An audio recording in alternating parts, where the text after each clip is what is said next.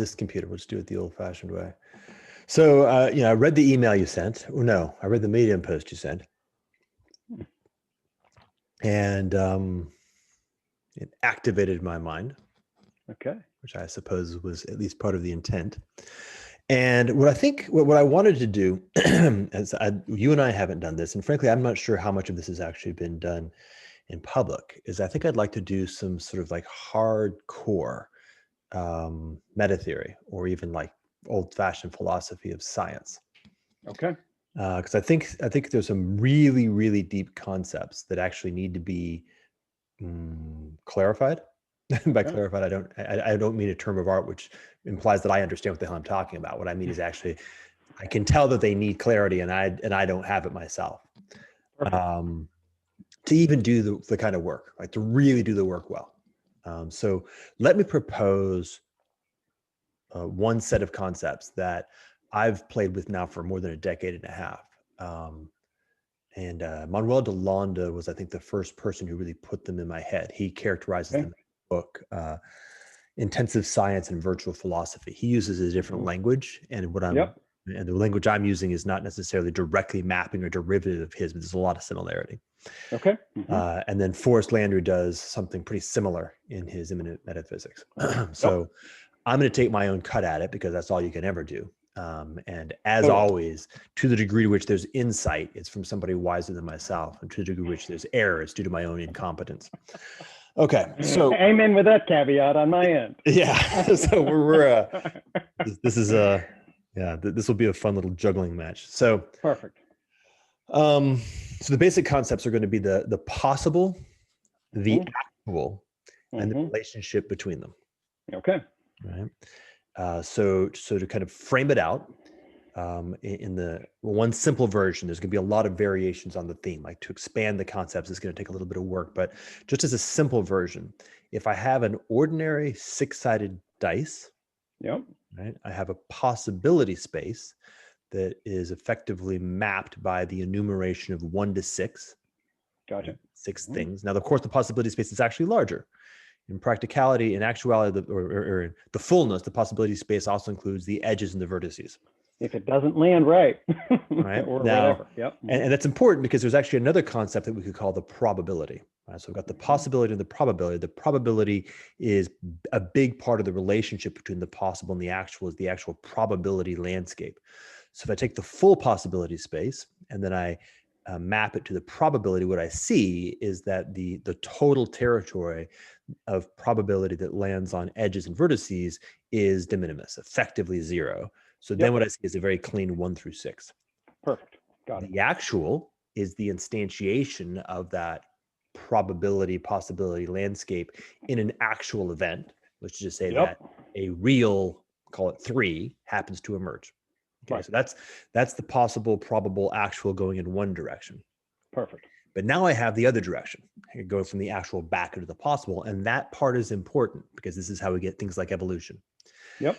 Now, in a throw of dice, the relationship tends to be nil. Right? That's kind of the point of that standard probability, right? The old homily. If I roll 1, 1, 1, 1, 1, 1, 1, 1, 1, what's the probability of me rolling another 1? And then, of course, the answer is 1 out of 6, because in this case, the past has no causative implication on the possibility space. Gotcha. So if I change my mental image a little bit, and I can do this in pure math, and say, okay, what I'm going to be counting now is not the roll, but the cumulative roll. Okay. If I say, okay, what's the probability, or what's the possibility now look like if I roll a 1? So then on the second roll, I now have a possibility landscape that goes from 2 to 7. Whereas if I rolled a 3, I would have a possibility landscape that would go from 4 to 10. Gotcha. Okay, fair enough. So the actual has some implication in the possible by virtue of changing the constraints that interact with the new possible. Okay. Good. All right. So that's the sort of the deep conceptual definitions. Okay. And by the way, I notice a real kind of huge question mark around is there anything like that joint around the probable that maps to the actual possible? Like, I don't know. That's a really good question. And by the way, we can talk some about that. I asked Murray Gell-Mann that question. His answer was, we don't know. Okay. So I'm like, okay, I guess we don't fucking know. Well, if Murray Gell says that, then fair enough. Now we got to take that seriously. Yeah. So now let's take a look at something like use that conceptual landscape and talk about evolution. Okay. And of course, I'm going to be talking about not biological evolution or cultural evolution, but is there actually like an abstract class that can then map into different kinds of instantiations? Okay. By the way, by implication, I'm assuming that we have a shared understanding of what I just said, like abstract class and instantiation. If not, bring it up. And largely computational theory gives us the best framework for that, although computational theory is itself already an instantiation, but it operates at such a high level of abstraction that it's pretty close to the basic abstraction.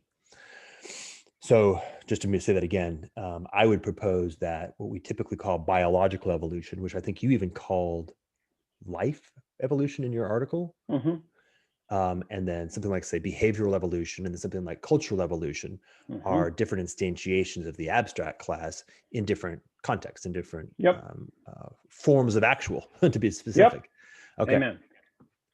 All right. So moving from that, it seems like the most fundamental characterization of the notion of evolution has to do with the precise kind of actual that has a consequence. Like, so the feedback from the actual changes the possible probable so as to shift the likelihood, the probability of that actual in the next iteration.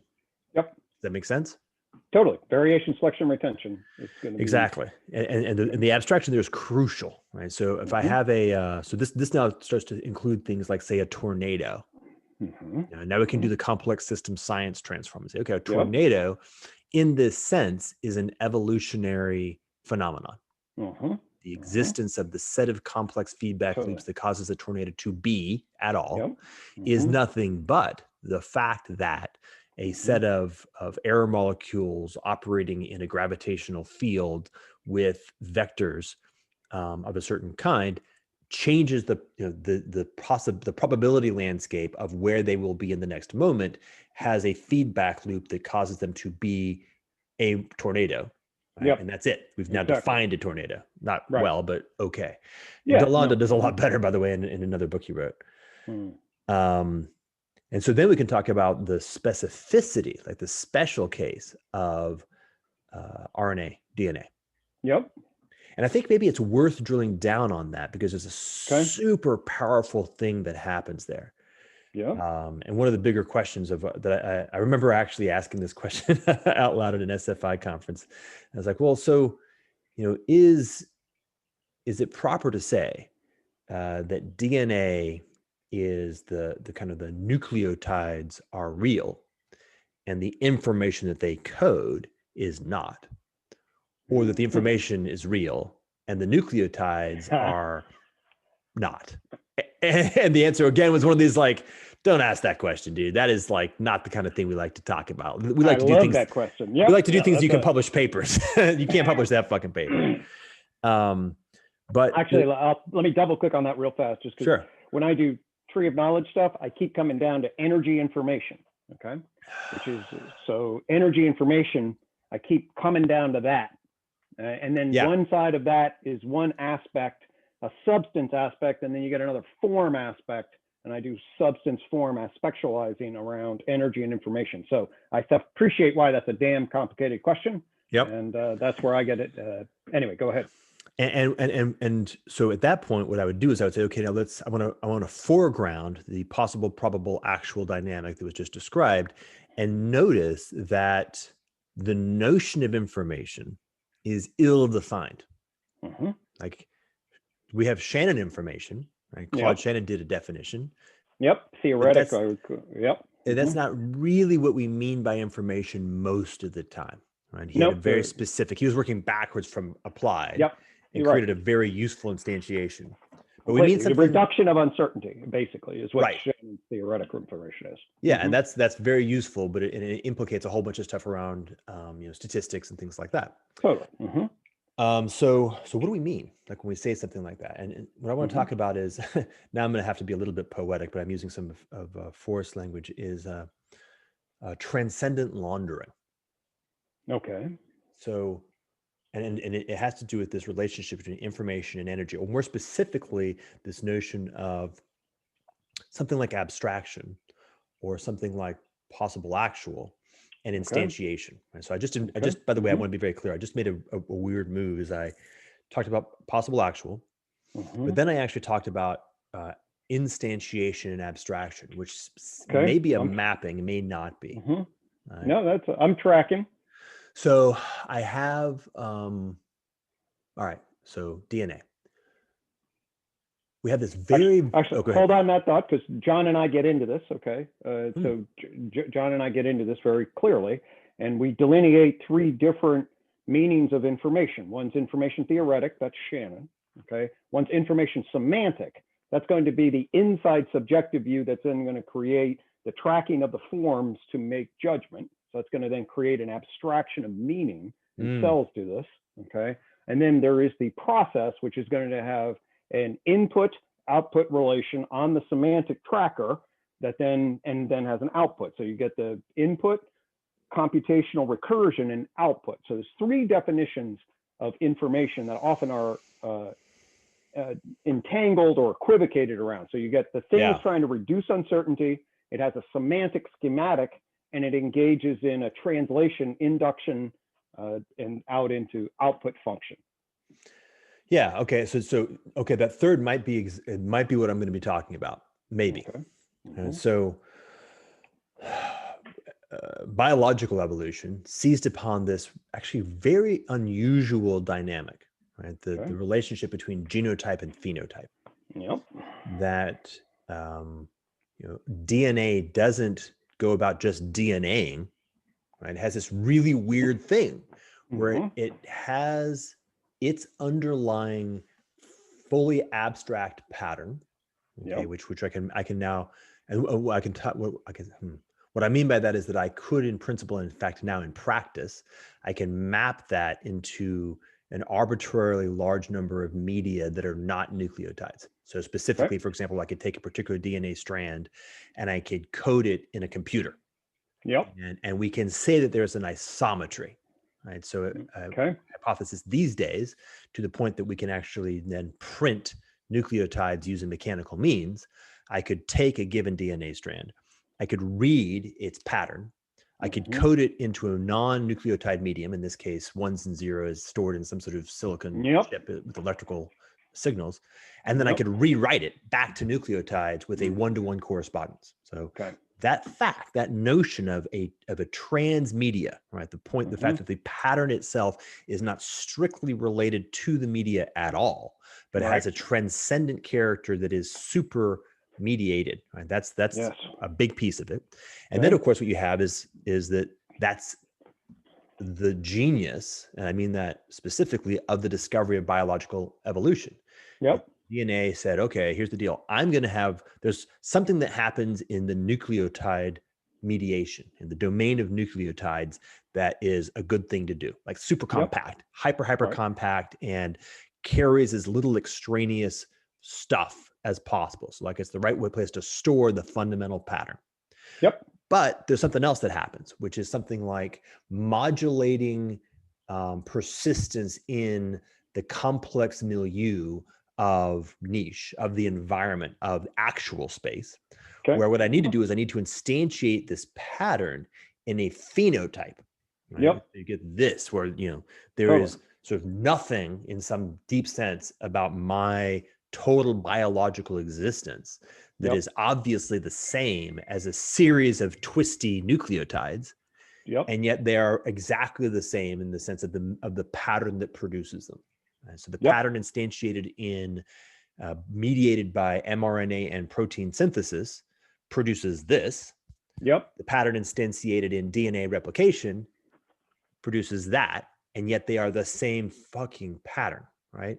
That thing, that triangle, the fact that you can have a pattern that instantiates in one way in one medium or in one context, instantiates in another way in another context, and that there's a relationship between those two, right? Of course, the thing that my body does is it has a very specific cell, right? Sperm cells that contain that DNA back in their most fundamental form, that have the very specialized characteristic of doing DNA synthesis at the level of conception, right? That produces another body like that. Right. That closes the loop. Now I have the full cycle.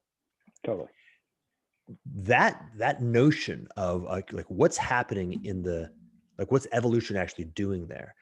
Yep. Now we're going to start getting on very much the same sync, right? That notion of energy and information, because behavior is the same thing, but mediating in a different way, right? Right. Animal behavior, right? Animal behavior, right? So what behavior does is it says, okay, the simulation of action stored in neural impulses is energy efficient, right?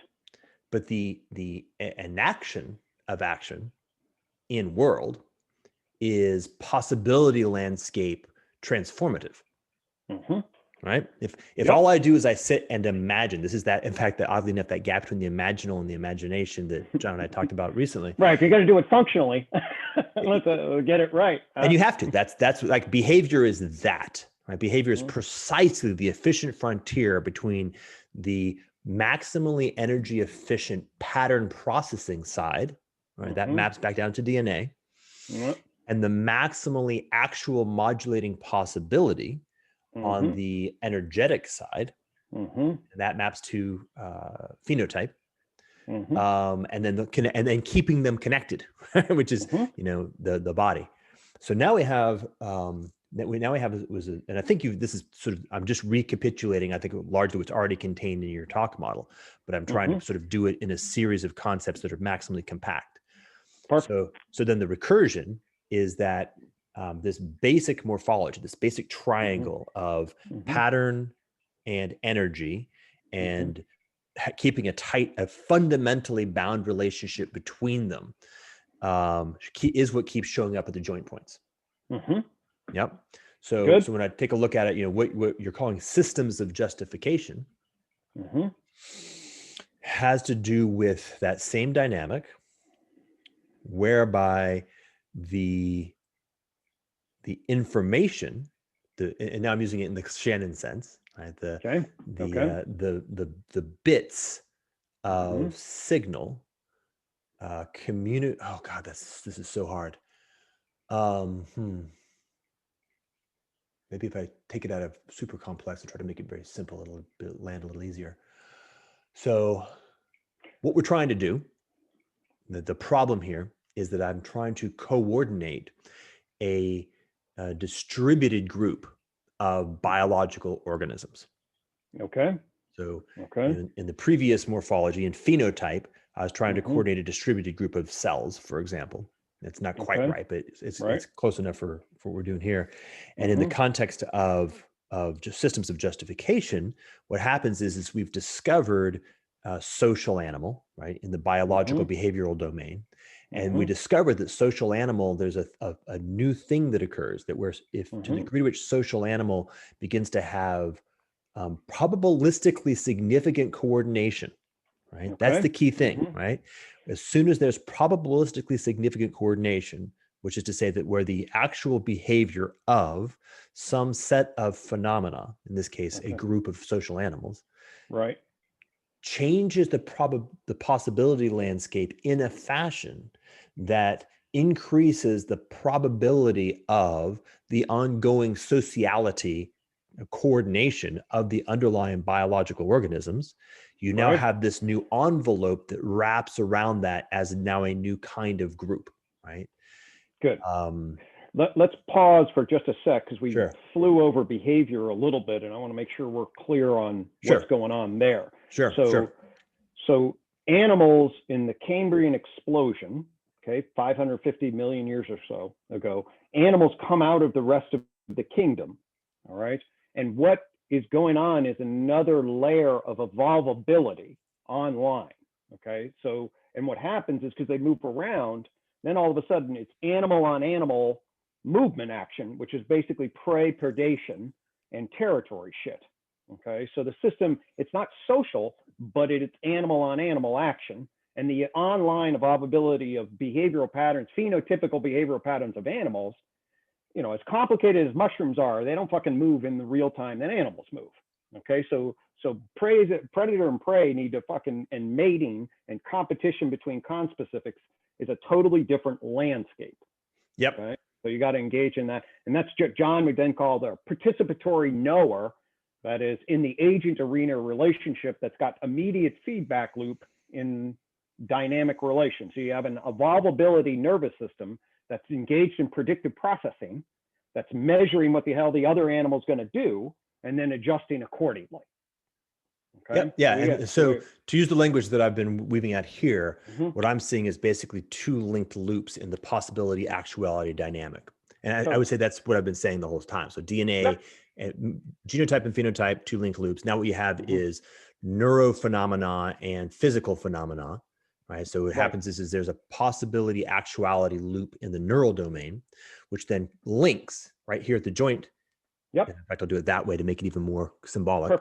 Into the action domain, into the physicokinetic, chemical, energetic, thermodynamic, and by the way, living and dying domain, right? Which then loops back, right? As long as you keep that loop, right? And that loop dynamic relation. So now let's do one more piece here, because so Darwin identifies natural selection as some sort of causal feedback loop. Okay, right? Variation, selection, retention. But he doesn't know exactly what the hell is getting stored and replicated across time. He doesn't understand that. So it's one of the great problems of Darwinian when he comes out with it, is like somehow across the generations, there's a storage system that allows things to be inherited. Okay. And Mendel has worked this out, at least at a conceptual informational level, but Darwin doesn't know. Mendel's a little monk and he does all of his shit. Okay. And then it isn't then until the first half of the 20th century that you get people working on genetics and doing experimental work on genetics, showing how genes store and code for the phenotype. And then the naturalists are doing natural selection. And then you get, in the 1930s, you get what's called the modern evolutionary synthesis, which is the realization, holy shit, it's the natural selection that operates on genetic combinations to produce cells and other phenotypes that then live and reproduce. And it is that feedback loop that gives rise to the modern evolutionary synthesis. Yeah, I'm familiar with the story.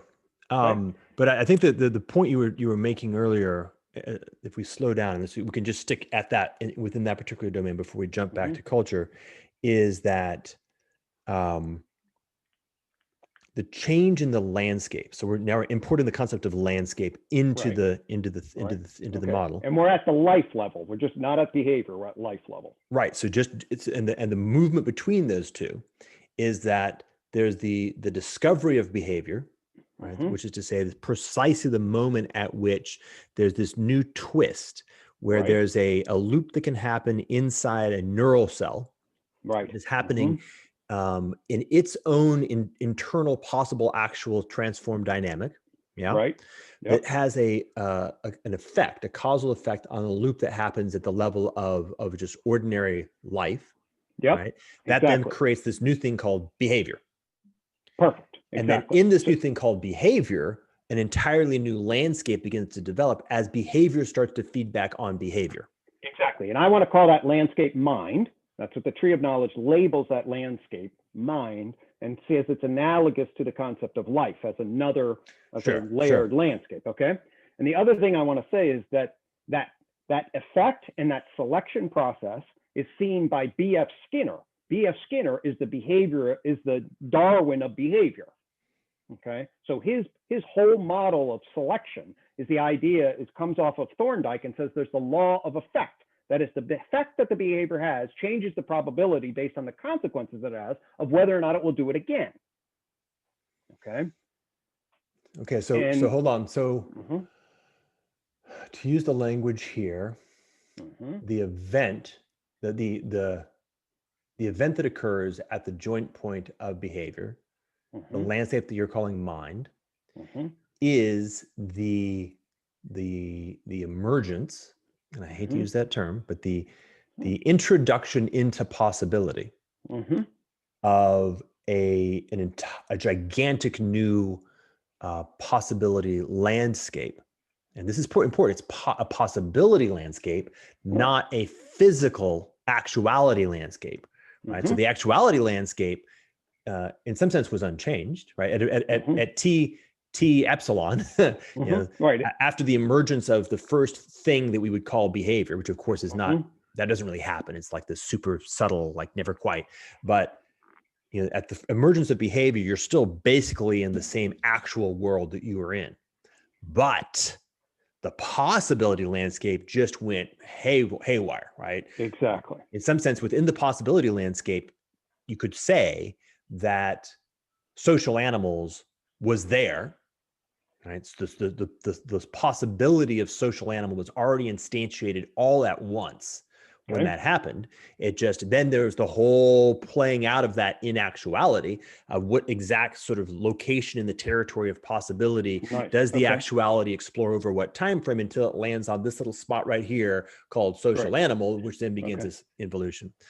By the way, one of the reasons why that comes to my mind is the, one of the challenges that we have in the relationship between the evolutionary sciences and physics. Is that the standard model has a real hard time with time. Yep. From the point of view of the standard model, the canonical, not the canonical, but at least the dominant hypothesis is it ain't really a thing, and it kind of is all already, right? There's one gigantic light, like block universe idea. Yeah, block exactly. Universe theory. Which then begs, what that would propose is to say that all possibility is, or maybe was, instantiated at T0 epsilon, right? The instant of the Big Bang instantiated a specific possibility space. And everything that we call evolution has in fact been just sort of the exploration of that possibility space. But no new possibility has emerged since since the Big Bang, since that moment. I'm not sure that you or I are going to be prepared to have that conversation, but no, I'm not. I'm right. That's a me. I'm very familiar with that. But in relationship to trailing the deep logic of it and my familiarity with the foundation, especially the mathematical representation of the foundation of that, would definitely, I'd want somebody to walk me through some of the specifics on that. Well, and I can tell you that when I've had conversations with Brett, sort of representing evolution, and Eric representing the thing that's deeper than physics, the differential geometry, et cetera, and knowing that being brothers, they talk about it a lot. They do not have an answer to that question. They basically punt. They basically say, we don't need to answer that question for doing I think there's deep confusion, in my estimation, on the reductive emergence dialectic, and that to me is an area of philosophy of science that I'm fascinated by, and there'd be a lot of good Santa Fe type interdisciplinary conversations to be had in that dialectic. I'm going to demoralize you on the quality of the kind of conversation around that sort of thing that happens at Santa Fe, but the kind of thing that you would like, the kind of things you'd like to expect would happen at Santa Fe. And point of fact, they do the same thing that I just said, which is they're like, we're going to wave our hands at this. We're not going to go into philosophy of science, basically. Okay. But the point was that. Right. One of the points. Let me. Behavior, if I can possibility. Behavior. Let me just drop this in and then then I'll be quiet for a while. To use the original metaphor, it's like at the level of life, we had one 6-sided dice. And then suddenly we discover that at the joint point of neurology, suddenly a new dice is added to the equation. So now we actually have two 6-sided dice. So now numbers like 7 through 12, which were literally not part of the possibility landscape at all, are now part of the possibility landscape. It'll take some time. You got to do some rolls before you actually get yourself a 12. But already from T0, you're going to start getting stuff that you didn't have at all. Okay. Totally. Exactly. Now go. Okay. So, and we can think about this. Let's stay with that. So, there's the central dogma. The thing that first gets built is that this DNA, RNA stores it and then builds the proteins and then creates phenotypes. So we'll call it that, sort of like the unidirectional. We'll just use that simply. It's like somehow it gets stored and then it tells the RNA what to do, and then the RNA builds the prototypes. That's called the central dogma in biology. There's no feedback loop, okay, between the evo-devo, the development of the phenotype, onto what genes get activated. That was the original idea, is that there's no feedback. We now know, of course, there's epigenetic feedback, so that the experiences of the online cell, I'm talking at the cell level, let's just pretend it's unidirectional. That's one dice. Does that follow? So in other words, that the system basically figured out a way to store and make the jump intergenerationally from one cell life to another. It stores it, it gives it its potential, and then it replicates, and then it drops it, and then, of course, there's then variation, and then that's what causes it to grow. But the one dice is just unidirectional. That's what we're saying, okay? Then what I'm going to say is, now what happens is, once the opportunity for we'll call it, we're moving in this direction, and now all of a sudden we can also move in this direction, horizontal, okay? It adds up a whole nother dimension, okay, of movement in real space-time. I mean, animals literally are sensory moving in a totally different way, okay? So now what the system does is it then is going to build a learning online evolvability system, okay? It's going to learn an online evolvability system. So it's going to emit a behavior, and then it's going to track the consequences, the effects. It's called the law of effect. It's going to say you do a little bit of behavior, and then you regulate and monitor the effects that your behavior has, and then you accumulate, you select and retain the behaviors that have the kinds of effects that you're after. So behavior, the whole idea of learning is essentially, it's an online evolvability system that's embedded in evolutionary, right? Sure. Okay. So, and the unified theory, one of the steps that I've said that has been alluded to by a few people, but not, is that the neurocognitive information people, okay, because there's a split in my field between the cognitivists and the behaviorists. The neurocognitive people are like the geneticists. They have the information store inside the brain, okay? B.F. Skinner's on the outside going, hey, there's a selective effect process. And actually, the same basic marrying of selection and information at the neurological for behavior level is what part of what the unified theory says, is that, hey, that's exactly the same kind of synthesis. Okay, so what I want to do is I want to slow down at the point where I can't remember the central dogma, right? And what I want to say is that the point I've been trying to make is that the ontology that is being used to even think and talk about the thing happening at the central dogma is wrong, and thereby the confusion. Okay, yeah.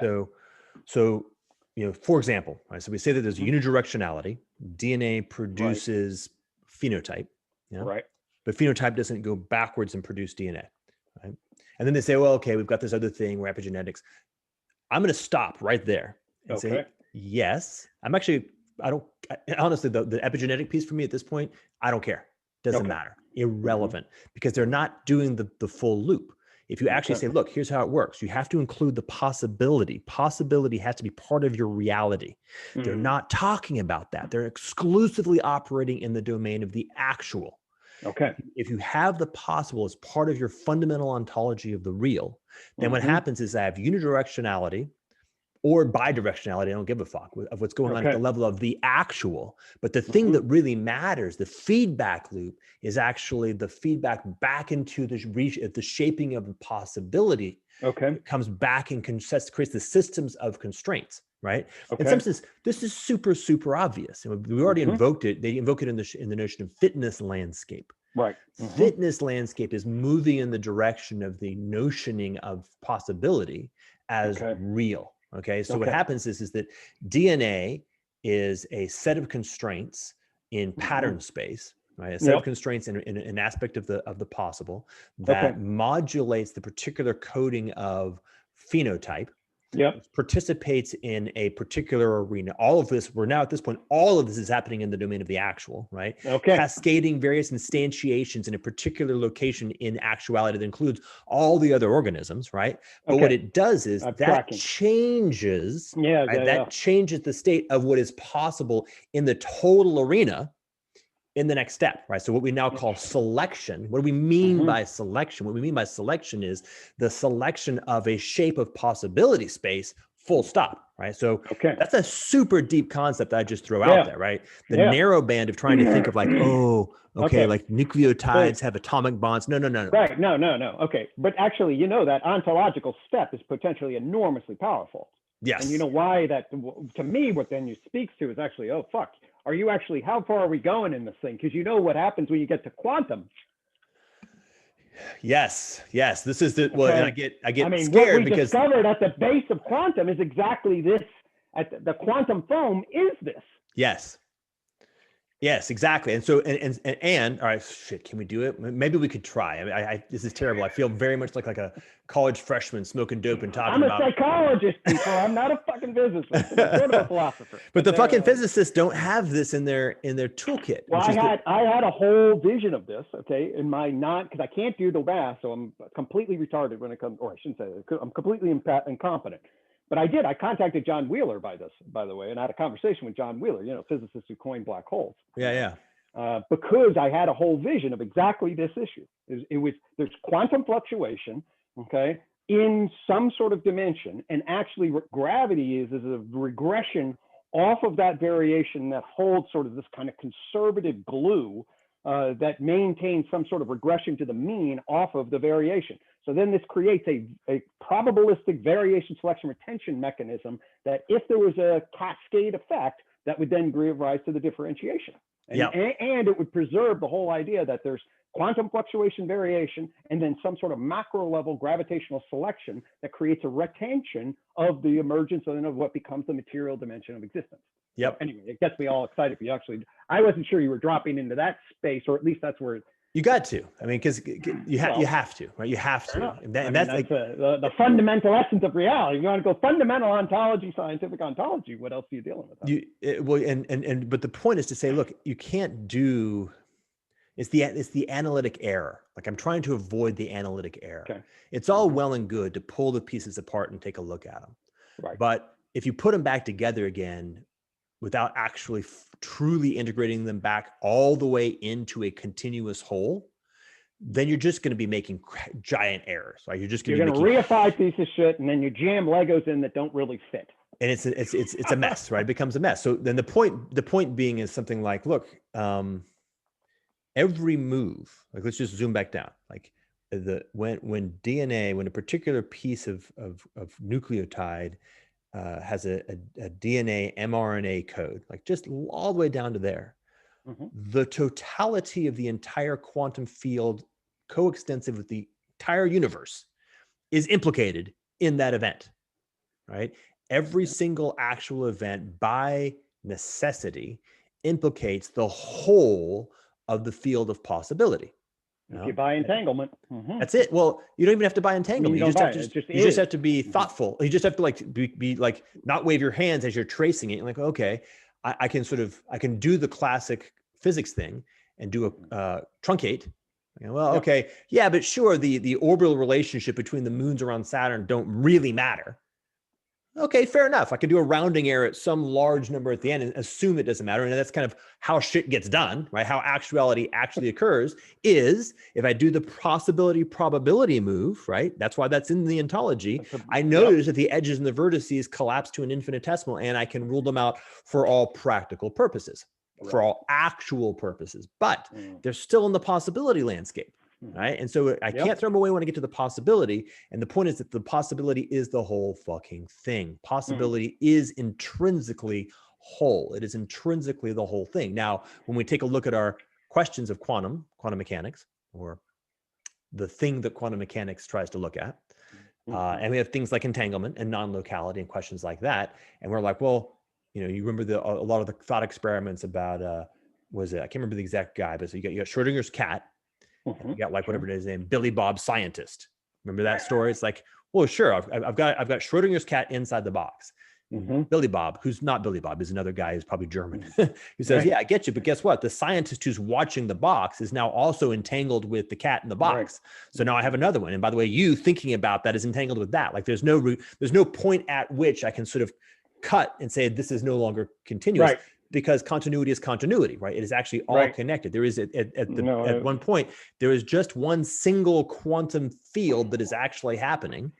And as you say, it's got a really complex shape And we might be able to say, maybe, right? Here's where I like, oh shit, I probably just smoked dope. I'm a freshman sort of waving my hands, but we might be able to say something like, we're really talking about the field of possibility again. So the possibility and the thing that quantum mechanics studies very closely are like, that's the thing. Quantum mechanics is studying possibility, which is why things like space and time don't happen at the base level, right? Space time are something that happen at the level of the movement. Like if you think about the movement from possibility to actuality, one of the things that happens in that movement, probability, quantization, right? Just think of what does quantization mean? Quantization is precisely that truncation, that cutting off, that rounding error. Okay, it was, point, 3,000 decimals, but we're only going to actually allow 10. Okay, well, that changes things and starts causing things to have a beingness. They start to show up in the world. It's funny. I'm going to drop this in as well because I think it's really connected, but it just kind of lived in my mind. You know, the old, it's so funny how things work. Remember the graduate student, what do you call it? Dominance move in mathematics, where they put a puzzle that says .999 equals 1. So period, 0.999 repeating equals 1, right? And they're like, what do you think about that? And the first order move is like the naive undergrad's like, what are you talking about? That can't be. And the sophisticated graduate student like runs a little proof and shows that it is. So I remember sitting there, by the way, at the Santa Fe Institute, talking with some, extremely awesome mathematician. And I'm like, I got to tell you, over drinks, I've always had trouble with this particular, 0.999 repeating equals 1 thing. It seems like it's not right. So he gives me the, the state, kind of the thing. He just kind of like, oh yeah, I've got that. Here you go, kid. And I say, yeah, I hear you, but here's the problem with that. And I critique it. And suddenly he stops, which is actually kind of a cool thing. He stops and sits there for like 15 minutes and thinks. And then he goes, if you want to do math with numbers, then .999 repeating equals 1. And I think about that and I'm like, yes, which is what he's saying is when you're moving from the possible to the actual, right? If you actually want to do math with actual numbers in the actual instantiated reality that is bound by space-time and has quantum phenomena, then that's the move you have to make. At the level of the most fundamental, right? At the theological level, 0.99 repeating does not equal 1. That is not, in fact, true capital T. But the moment I want to do engineering, the moment I actually want to do something in the actual world with numbers, I want to use them in actuality, that's the move I have to make. Those are the same thing, right? I'm going to say that the quantization and the movement from the possible to the probable to the actual and the elision of 1 equaling .999 repeating are the same move. Okay. That's all right. Do you know Roy Bhaskara's critical realism? Shit, not well enough to dance with it. So you're going to have to give it to me. Well, there are a number of facets. It's powerful, I think, and he does a really set of interesting things. But here's one of the things he gave for me for my ontology that I really like, and I think it's going to come back to this, or at least it spoke to me this way. So he divides the real up into the following. He divides, there's the real, okay? And what he means by that is there's an underlying structure that somehow is causally generative, okay? So like gravity would be, for him, would be real. Now it's interesting because gravity then is also our conception of whatever the underlying causal mechanism is. So there's an ontological belief that I have of this ontic real mechanism. I use the word ontic to be the thing that's out there that's not dependent upon our belief. And on my ontological map is the thing that's the map and the territory, okay? But he then divides, so he says there's the real and there's whatever the underlying causal generative issues are. And then there's a subset of that, which is then the actual. Okay, so he then uses the actual to then say, this is what history is. So if we were to say your analogy of like at Big Bang, there's the potential, and then we're in the universe that then became actual. It's all, that would be the potential that then actually is historically realized. So the real would have all of this potential, and then there would be some actual, and then finally there's the empirical. The empirical is what you as a knower then have contact with, okay? All right. So, okay. So now you have, and then this was very intriguing to me because I wanted to entangle. I always want, the tree of knowledge tells me to entangle the human knower inside the entire system. Okay. And it also tells me that I'm not sure that the complexity people who have thought deeply about this know how to do that. Okay. And I think I know how to do that in a radically different angle. And I've got my justifications to say, I can position the entanglement of the knower, okay, in a particular way that allows me to have good angles on this kind of problem. Woo. Okay, check this out. Check this out. I think we may actually have done a pretty powerful thing. I think we may have actually just rescued the Big Bang, okay, and also rescued emergence simultaneously. Well, that'd be a good day. We could have a beer on that. All right. So what I want to say is this, and of course, language here is going to be tricky. So should I try to use the one that you just gave? Let's try. All right. So real in this sense, which I'm going to try to map. I'm going to try to map it back to the possible.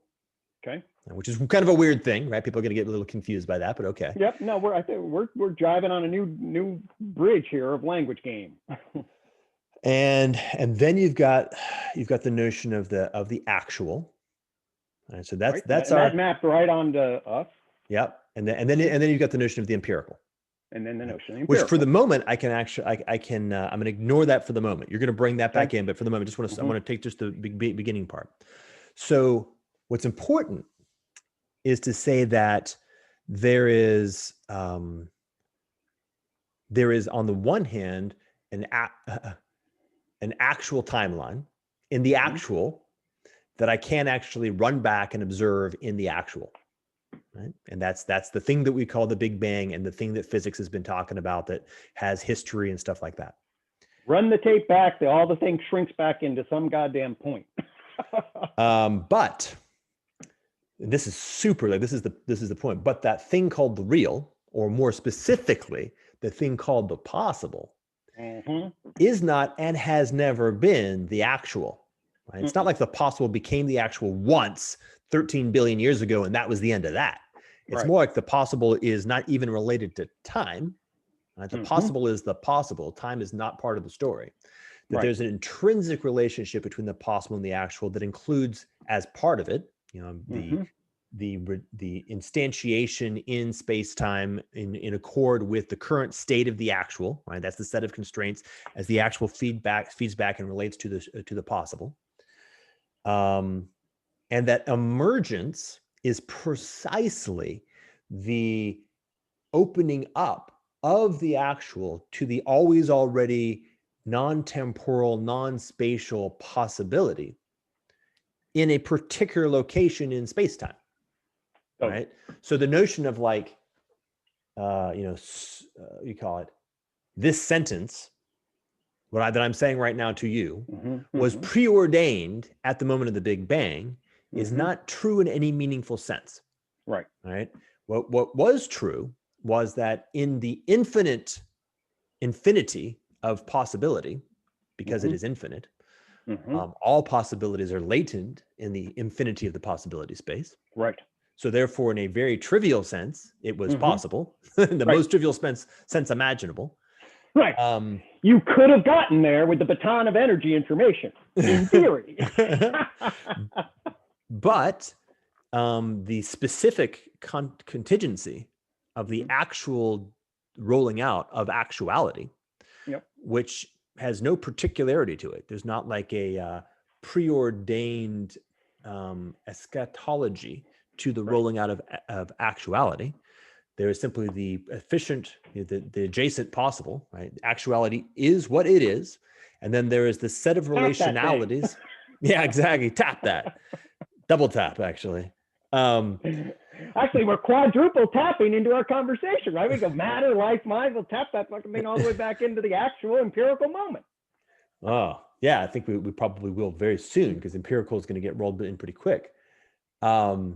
And so we can say, I think, with a lot of like joy and possibility, that then the actual is the instrument. It is the gateway. It is the instrumentality of the openness to the aspect of the infinite possible that is with the constraints of now the probable, that will then show up in the adjacent actual. right?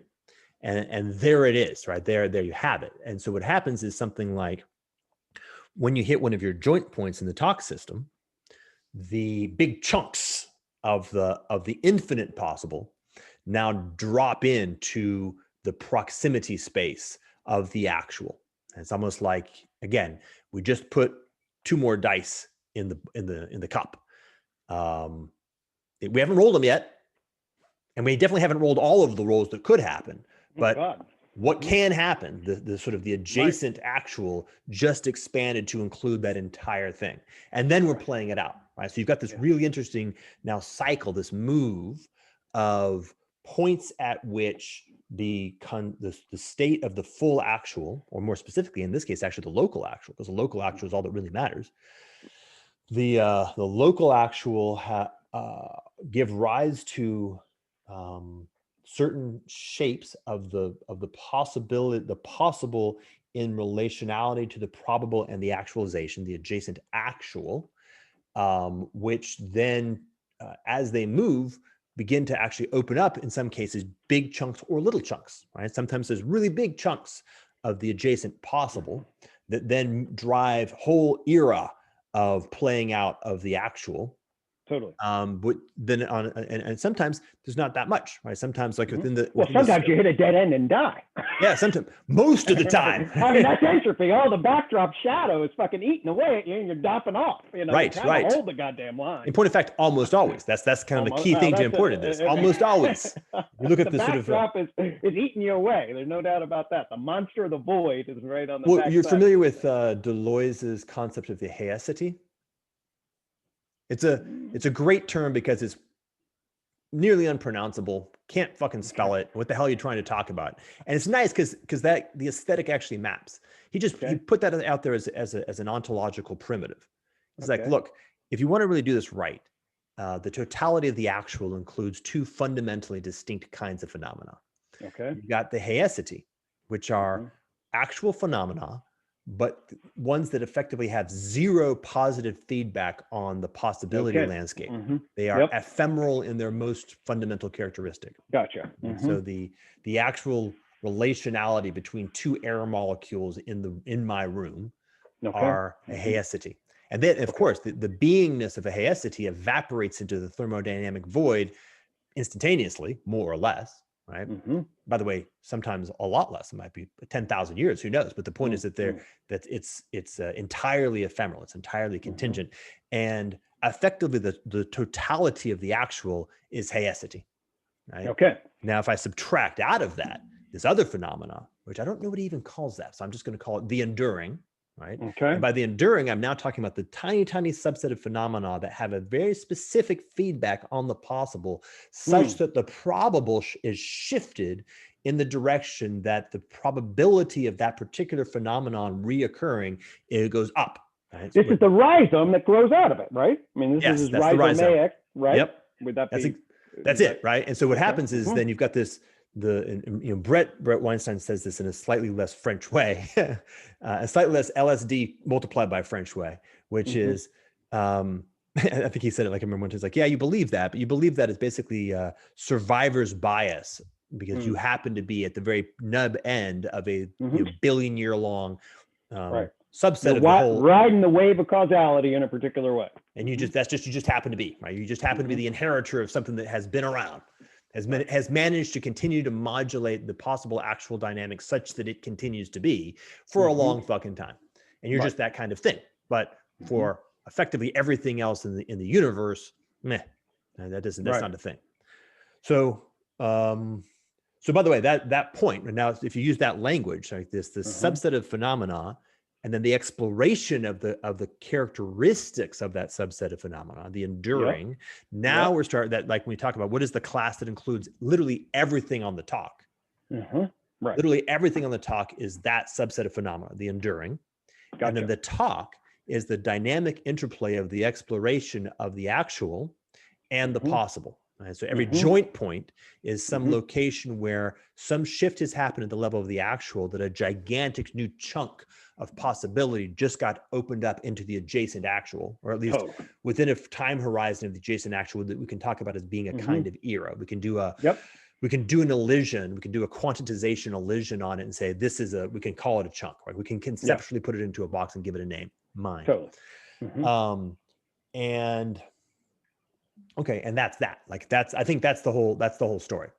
And then we can take a look at the specifics. Now we've got specifics. Mm-hmm. Now we're in a particular moment. We're in a particular moment that is called, we're in the era of justification systems, mm-hmm. Which of course is sitting in the context of the era of mind, which is sitting in the context of the era of life, which is sitting in the context of the era of energy. Right. Each one of which are these sort of continuity, this continuous phenomena of endurance playing out in this much larger context of the actual and the possible. And now, like we come back to the point that you and I sort of already met on, but I hope with a more robust shared set of ways of thinking and talking about it. Totally. And the inquiry is, what's that adjacent possible? Yeah. Given our current actual, and more specifically our adjacent actuals, how do we actually do the thing that has been the thing that has been done since the beginning of the actual, which means time. Yep. In this new way. Let's just pause on that freaking thing for a second. Okay, because from my vantage point, this sort of conscious evolution, this kind of moment of sort of being at the edge of the rhizome, and then actually can wake up so that Brett says, oh no, well, you're just unfolding and you think you're doing it, but actually systems wake up and then you're like, I actually know how I'm surfing this wave in a particular way. I understand the feedback loop of possibility in another way of awareness.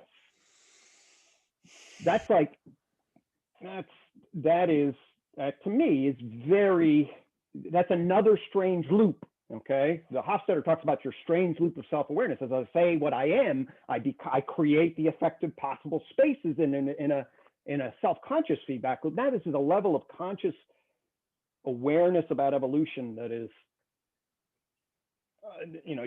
you're tapping and you're looking and you're like, fuck.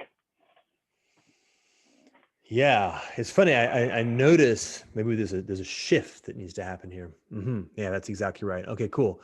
Yeah, what I'm noticing is the mode of contemplation, the mode of empiricism, the mode of knowing that we've been using so far isn't adequate to the point that we're at. So there's something else. There's some kind of modal shift. Oh, okay. So how does that work? So now this is that move, right? This is the knower. Now we have a knower, which is in this case going to be me, because that's the only way it can happen. For you, it's going to be you, because that's the only way it can happen. And that point is the point, right? Think about that. Just very clear. We've been doing all of this in the objective third person. This entire story has been in the objective third person. Hey, science. That's right, bro. But now to actually do the thing that we actually landed at, which is where my crisis happened, my break with reality, which I think was the same day as yours, was the recognition that it's not the whole story. Can't do it that way. Yeah. Then you drop into the center of the subjective first person. Right. Well, actually, yes. And let me tell another thread that's going to bring Bhaskar back in this concept of empirical. Okay. So what does this concept of empirical actually mean? All right. Now let's trace it back. They're the empiricists. Your empiricists like Hume and Locke. Mm-hmm. What are they talking about? Your first person qualitative. The inside. That's what empiricism initially is. And then they split it and they're like, fuck, there's this qualitative and phenomenological impression that we have. And then there's this quantitative shit. And Galileo and Newton are doing the quantitative shit. And they then grab the third person empirical and they're like, it's quantitative empirical that becomes science. Okay. And then what we were talking about was, yes, we have the objective third person quantitative empirical meaning. And we just loop back and we're like, wait a minute, we just dropped that fucker right back into, now it's like, it's Gregg and Jordan again. Ooh, yeah, this at this point, it gets very, very intense. So the qualitative, right? Quality, which also invokes things like feelings. We're going to bring that back in And I will, what's it called these days? I will throw hands with any of our, with any of those kind of bellicose, narrow-minded folks who object to that, because it's a real word and it means stuff and it's important stuff. In fact, it's the most sacred, Jordan. That's right. The war is met, my friends, and the lines are being drawn. So what is this thing? We've got things like the intuitive, right? And now we start to we have honest conversations with artists. Yeah. Right? And I'm going to make a distinction between an artist and a photocopier. Definitely. Right? A photocopier, a tracer, to use the language from, I think, Mallrats, is somebody who is engaging with the possible using the modality of the actual. Right? They're simply repeating. Right. They are copying. Yeah. They're taking the actual and copying it. An artist as somebody who is in relationship with the possible using the modality of the possible. Yeah. And the point being that this knower must intrinsically, because the knower is part of the real, include in itself the whole story we just gave. Right? The possible isn't just an event that occurred 13.7 billion years ago and went away. Right? The possible is an omnipresent transcendent that is by definition non-spatiotemporal. This knower, therefore, must fully be present and connected with the whole of the possible. It is a possibility-actuality loop intrinsically in itself. It is also, of course, an actuality, and there is a lineage. This particular body has a biological lineage and an evolutionary lineage that goes back 49.5 years and 13.7 billion years, respectively. Both are true simultaneously, and there is something about the mode of the possible. That is a real mode. That's a thing that happens. And the relationship between the two is what you would call the empirical, or what Bhaskar, I think, would call the empirical, or somebody maybe somewhere should call something the empirical. But specifically, it's the relationship between the mode of the possible and the mode of the actual that is a different kind of thing. For us, we call it the immanent. Okay. Right? Yeah. And in fact, we actually call it the ethical, which is very different. Huh. It's actual choices. You're making choices. Of course. In life at that mode. Right? The relationship with the possible and the actual has to do with choices. Yes. Not perspectives, not stories, not images, not models, not maps, and also not territories, but actual journeying through territories using maps. It's intentional change. You then you're infecting intentional change. You're not passive. You are now going to make happen. Yeah. That's it. So it's almost like the oblique thing, and that's it. I think very much like it shows up in some of the drawings you have where your talk system actually bends in almost like a Mobius strip, is to say that the story that we've been doing so far is a story from the point of view of epistemology. It's from the point of view of the objective third person. And the bend, the point that we end at, is the turn that says, oh yeah, and the ethical, the ethos, and here by ethical, to be very clear for anybody who happens to listen, if we choose to put this one out, because this is a choppy water, is very, very much absolutely categorically not meant the thing that might be called an ethical code, right? An ethical code is a absurdly crude and aesthetically ugly inversion of ethos. Ethos is the acquired skill, the art, and Forrest just named it right, the acquired artfulness of making increasingly effective choices. Intentional change. Ethos is intentional change done better and better. And that last part's important, better and better. Yes, I've got angles on that, but yes, I want to caveat slightly that. Okay, I want to caveat that slightly. And what I mean by that is I want the place for a meta value holding space. So not a code that would be a complicated rule book. Yep. Okay. But a lodestar of the sacred that can be elucidated and serve as a guidepost of sorts. An orienting basis. Perfect. Yep.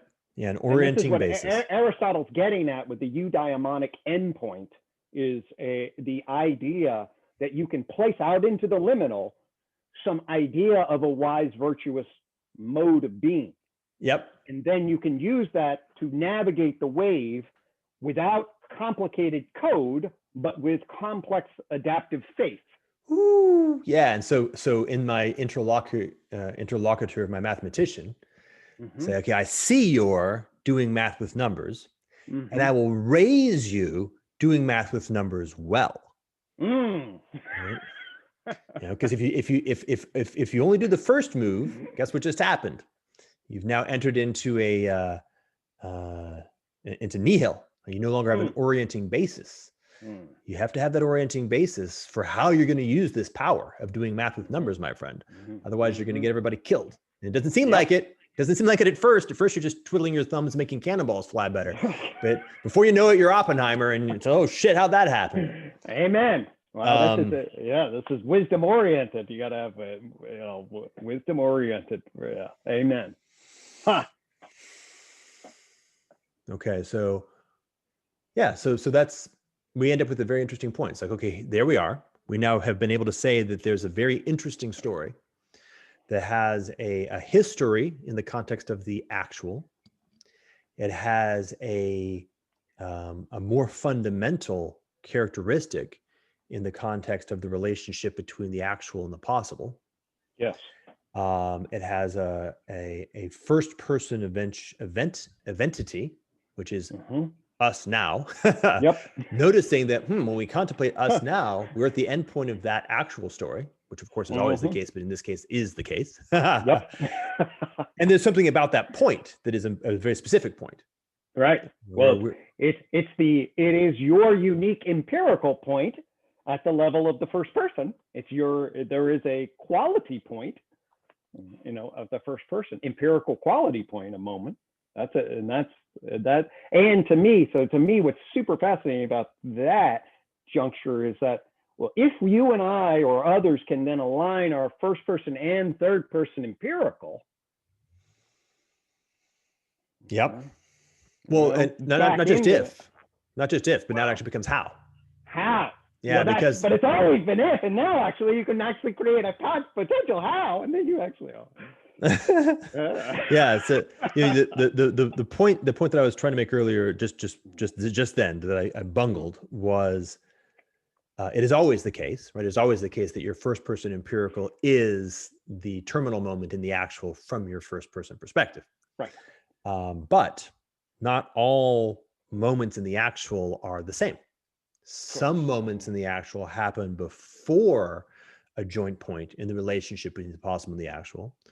Some moments in the actual happen after, right? So to use your numeration, if we happen to be sitting in a first person empirical 750 million years ago, we would be talking about events that live in the adjacent actual of life, but not events that live in the adjacent actual of mind.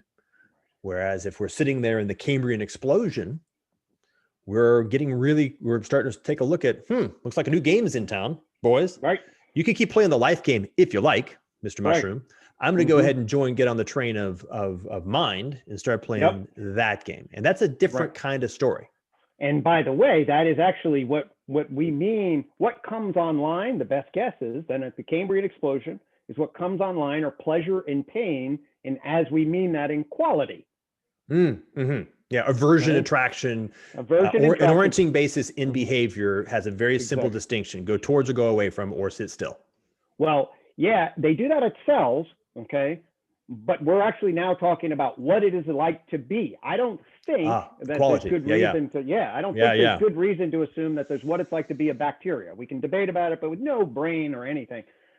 By the time you're at a crab, what it is like to be especially at a flash of pleasure and pain, there are lots of good reasons to believe that crabs get flashes of pleasure and pain.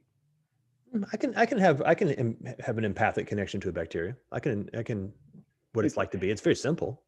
That's a great question. I mean, that gets into the subjectivity question. I'm of the opinion that there's proto kinds of subjectivity or layer 1 life subjectivity, and then we'll add a layer 2 mind subjectivity that gets and then layer 3 self-aware subjectivity.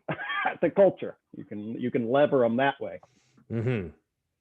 Yeah. So at least part of the point that you just made is that when we're talking about emergence, we're talking about emergence both of objective phenomena. At that particular joint point, the objective phenomenon of photosensitive cells triggering muscle cells, for example, and also the emergence of qualitative phenomena, right? Which has and the bringing of those into relationship. Exactly. Which the Enlightenment botched. Say more about that. It actually, yeah, it botched it almost perfectly. I mean, it just ruined it, or it fucked it up completely. You know, I mean, you have Rene Descartes, and then you have matter and motion, Galileo going behavioral, objective. Then you have Kant coming along and saying, but actually all of our sense making is phenomenological. And then you get what I call the Enlightenment gap, which is what the hell is matter? What is mind? What's science? How do we know shit? And you get basically a confusion. Yeah. And I would say my personal version of that story is that confusion is largely driven by the unreasonable effectiveness of the military industrial complex. and the necessity of that effectiveness of focusing not at all on that question. That's hysterical. You got to do math with numbers, right? A deep orientation towards the absolute, I'd say absolute contingency of always being able to militarily outcompete the guy next to you, because we've reached a point where the velocity of adaptive capacity in the fitness landscape of the actual has become so constrained to military to innovation in the military-industrial complex. And by the way, I include all of capitalism as part of that. I assume I present all of capitalism being the military-industrial complex. That to waste time contemplating questions of that sort is to have been conquered by your neighbor. And so you got to start throwing that shit away like crazy until you end up with mutually assured destruction going, shit, slow down, recover. Wow. All right, that hits me. That's opening up space big time. You know where I'm going now? Eric Weinstein talks about the distributed idea suppression complex, right? Yeah. Okay. So now if we're building these industrial systems and we're creating these systems of justification, and underneath the intelligence enables us to do certain shit, but we don't have questions about other things where we're going to gain them, then you're going to get, basically, it's a psychodynamic defense. You basically are going to justify this in a particular way, and now we're going to create the arena, and we're going to go this fucking direction. Yep. Wow. Yeah, and we can even do the historical analysis on that. I mean, I don't know if you've taken a look at like the emergence of the Prussian model, and for example, the Prussian style of schooling, just using it as the basic code, and the proliferation of the Prussian style of schooling. I mean, basically, at the end of the day, there was a discovery roughly around the time of the 30 Years' War. There was stuff earlier than that, but particularly around the time of the 30 Years' War, of a very particular meta justification system, right? A set of meta constructs that what they did is they narrow bound the social construct, the society, and the justifications that were permitted into a location that was focused on outcompeting your neighbor in the military-industrial complex. Wow. And by the way, you could say that, for example, it's just like, let me fast forward a little bit. I think this point is lost on a lot of people. I think it's crucial. The thing that we know as America in the mid-century, 50s through 2000s, the degree to which it is explained by Cold War is enormous. Right? Remember, it was discovered two things. One, we can't nuke them. Okay. Right. Two, we're at war with them. Right. The specter of global communism is everywhere. Yep. All right. Well, we're at total war. How are we going to win this total war? Right. And just think like we know we have like empirical in that old sense, like we have documentations, we have the receipts, to use the current vernacular, of the CIA sponsoring the emergence of things like Jackson Pollock, right, as part of the Cold War, right? But I'm going to go further. Shopping malls, blue jeans, right? How did the U.S. outcompete the Soviets? We outcompeted the Soviets by having material stuff The military industrial complex discovered that the decisive victory on the part of our particular manifestation of our capacity to wage war had to do with the supernormal production of super salient materialism. Oh my God. And we fucked everybody. I mean, you go to Afghanistan in 1940 and then go to Afghanistan in 1950. Look at the difference, right? The super saturation of super salient materialism spread across the entire planet. Only a very small number of people were able to avoid that, like the Amish and the Aborigines, who had built long-standing codes saying this is dangerous, don't go there. Of course. And of course it eats the world. Of course it eats the world. It can't help. It's total war, right? So we can go deep on that one if you'd like, but there's a lot. No, I'm so this is okay. So. All right, so I'm here. So let me just check in with my body here, because this is like I'm riding the wave, doing all this, and then you just made a intense shift for me. Okay? All right, because be aware where I am. Like I'm deep into this philosophy science thing. Okay, I'm a lifelong academic. I have I'm inside the ass of psychology, basically. All right. I mean, American psychology. Okay. Yes. And all of the justifications that it does to try to say, hey, this is how we sell ourselves to you. Okay. And then I bought that brand. Okay. And then grew up with it, and then realized just how actually corrupt it is. I mean, then my whole basic point is I come out the other side and be like, oh my God. Yes, everything's relative. I mean, corruption's relative, but there's a core of corruption here that I discovered. They tried to do the science of behavior and mind. I bought that they thought they knew what they were doing, and then I realized philosophically they don't know what the fuck they're doing. I mean, we don't know what mind and behavior is. Notice how easily we switch out. Oh, you mean behavior level or mind level or whatever? It's both, neither. We don't know anything about the actual landscape of complexity that we're actually studying, but we just say we apply the scientific method, and then we say we know more than you do, you folk losers, and give us power, and then listen to us and tell us your problems, and we'll tell you actually how to live. Yep. Okay. And then I learn, okay, so but I am narrow. I mean, I'm deep in that, but I'm narrow. All right. In the sense, I don't look at the world. I don't know about the Prussian system. Okay. And I listen to you and Donald Schmarkenberger or others, and it's like, oh my God, the systems. All right. So that's my reality. And so you just angled the Cold War industrial complex around a particular system of justification that, like, I've been holding that in a little bit, and you just connected some serious dots. So thank you, and damn, I gotta metabolize that a little bit. All right. So I'm gonna make an unusual proposition. Okay. I propose that we continue. We've been going a while. Okay. Covered a lot of ground. But I feel like where we are now is a place we should just keep going. I'm there. All right. I'm gonna throw some new go out to the woodshed, chop some more logs into wood, and throw them on the fire. Okay, so I'm now metabolizing. It's like I just got an opened up system here. Okay. Yep. All right. Do a little stretching, maybe get a glass of water. All right. So a phrase that I found myself uttering actually at the Santa Fe Institute was, how did it work? It went like this. It was something like, so all war is culture war. All cultures are always at war. All culture war is total war. Okay. Wow. Okay. And this is just, by the way, just a recapitulation of basic evolutionary theory. Yeah. Right. At the margin, at the edge, and by the way, in the context of a culture, the edge is both its exterior boundary and its interior fractal relationship with the infinitesimal subcultures that it makes up. Right. Okay. Always happening. It's important to recognize that. There is always going to be some irreducible, highly modal, and the word modal here, what I mean is something like, the commies or the Russians, the Soviets will compete with the Americans on the basis of things that the Soviets can do.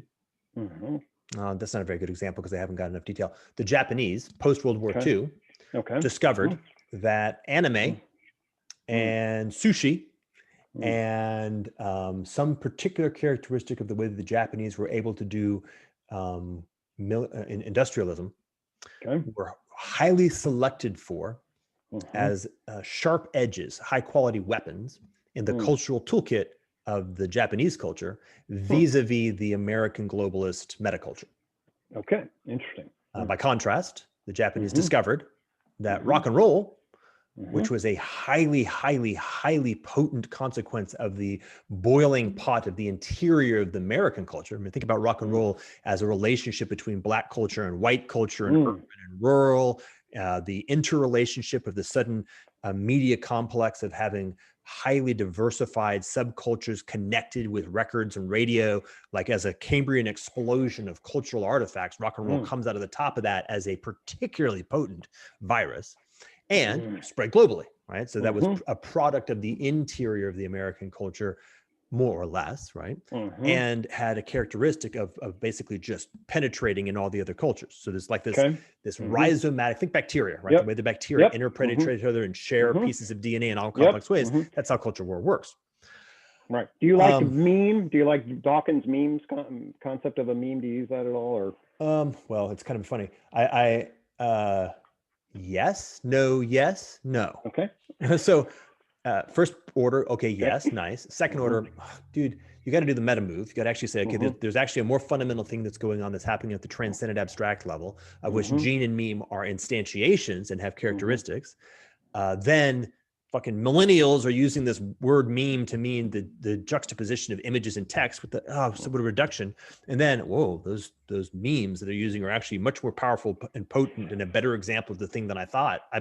I'm going to give them that name. So they now win the name. So Dawkins loses and 4chan wins. All right. And I think that's actually like true in many different senses. But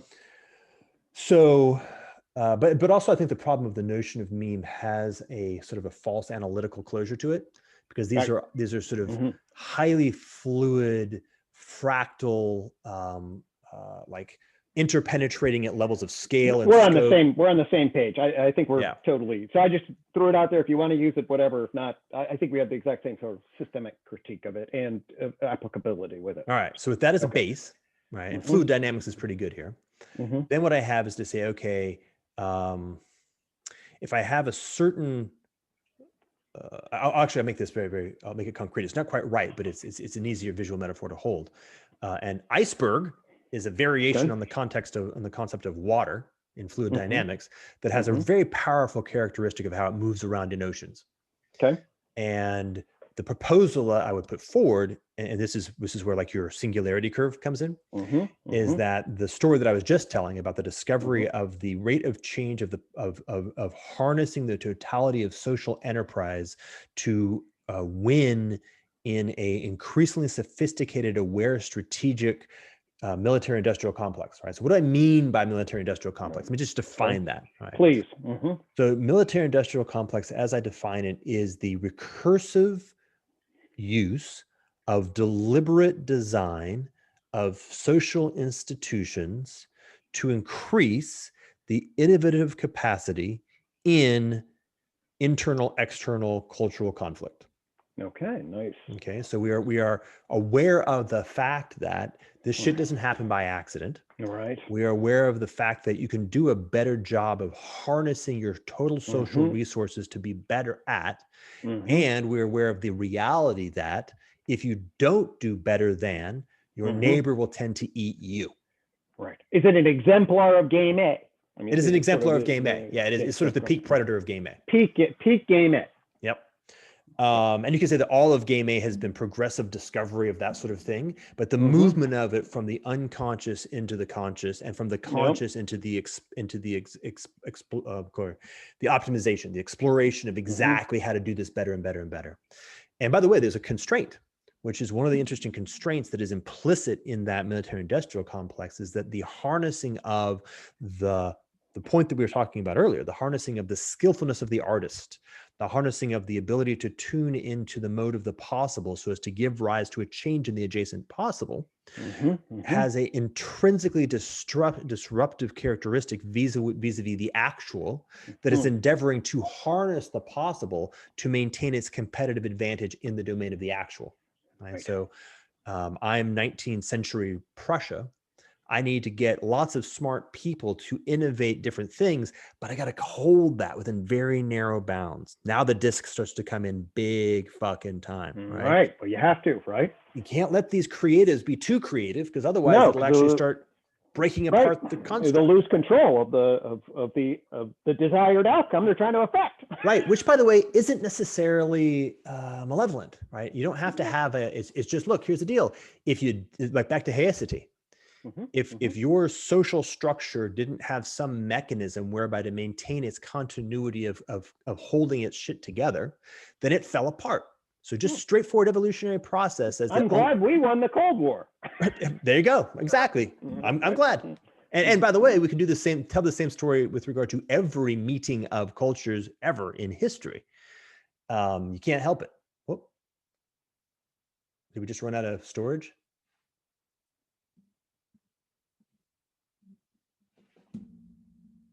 Drat. All right, well, end.